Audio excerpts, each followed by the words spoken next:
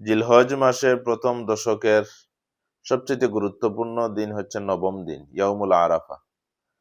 আরাফার দিন যারা আরাফার ময়দানে অবস্থান করে, আল্লাহর হাবিব সাল্লাল্লাহু আলাইহি ওয়াসাল্লাম ইরশাদ করেছেন, তাদেরকে আল্লাহ রাব্বুল আলামিন মাফ করে দেন।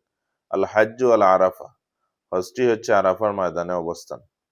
আয়েশা সিদ্দিকা রাদিয়াল্লাহু তাআলা আনহা থেকে হাদিস, আল্লাহর হাবিব সাল্লাল্লাহু আলাইহি ওয়াসাল্লাম ইরশাদ করেছেন, আল্লাহ রাব্বুল আলামিন ফেরেশতাদের কাছে গর্ব করেন যারা আরাফার ময়দানে অবস্থান করে তাদেরকে নিয়ে। আরাফার দিনের সবচেয়ে গুরুত্বপূর্ণ হচ্ছে আরাফার দিন রোজা রাখা। আল্লাহর হাবিব সাল্লাল্লাহু আলাইহি ওয়াসাল্লামকে প্রশ্ন করা হয়েছিল আরাফার দিনের রোজা সম্পর্কে।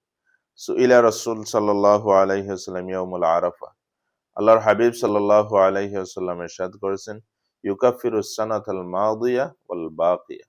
যদি কেহ আরাফার দিন রোজা রাখে, আল্লাহ রাব্বুল আলামিন তার পূর্বের 1 বছর, পরের 1 বছর, 2 বছরের গুনাহ মাফ করে দেন। এটি হচ্ছে মুসলিম শরীফের হাদিস।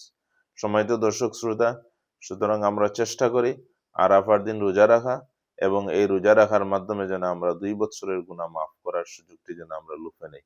আল্লাহ রাব্বুল আলামিন আমাদেরকে তৌফিক প্রদান করেন।